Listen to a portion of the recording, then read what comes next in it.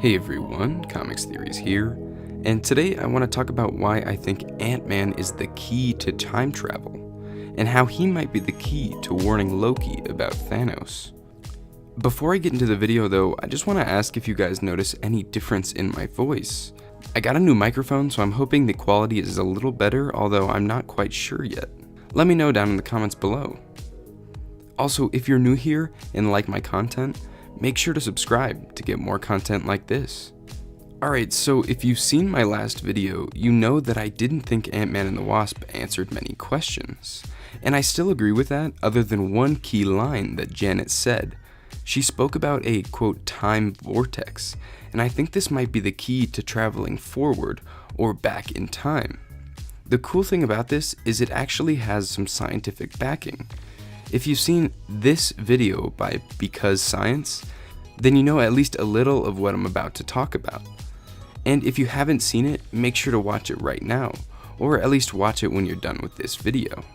To give you the cliff notes, every piece of mass in the universe is associated with a wave in quantum mechanics. Now, the wave of, say, a photon or a very small piece of mass is the probability that it will be on a certain point of that wave. This picture describes it really well, and it shows that there is a probability that it can teleport through things, or across space, or time. If that didn't make sense, be sure to go watch the Because Science video. It's described a lot more eloquently than I just described it there. So with that, we're not able to teleport or shift around like a photon can because our mass is so large. But in the case of Ant-Man, he's able to shrink. Now, the science gets a little fuzzy here because in the way Pym described it, he said that the space between the atoms shrink, which would retain the mass of the person, but be incredibly more dense. In the way Ant-Man shows it, he would sink to the center of the Earth because of how dense he actually is. But besides that, since Ant-Man can be so small, his mass can be small enough to where he would be theoretically able to traverse space and time. And that's where I think the time vortex that Janet talked about comes into play.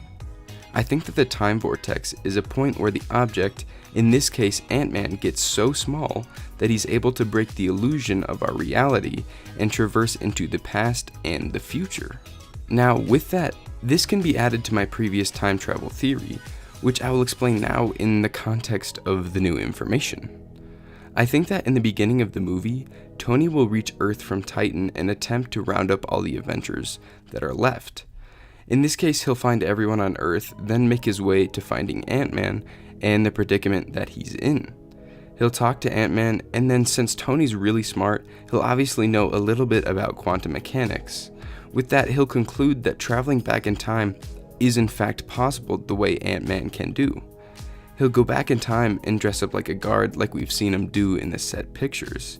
I think here, he'll warn Loki not to do business with Thanos, thus giving Loki an escape during the scene at the beginning of Infinity War. I've talked about this a bunch in my previous videos.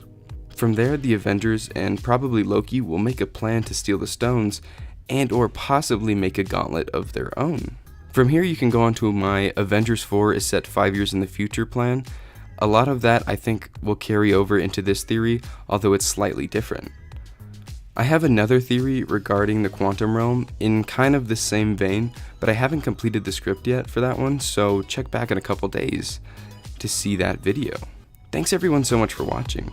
I hope this makes sense to you, and if you like my content, subscribe for more. Make sure to leave a like. Thanks so much. Have a great day.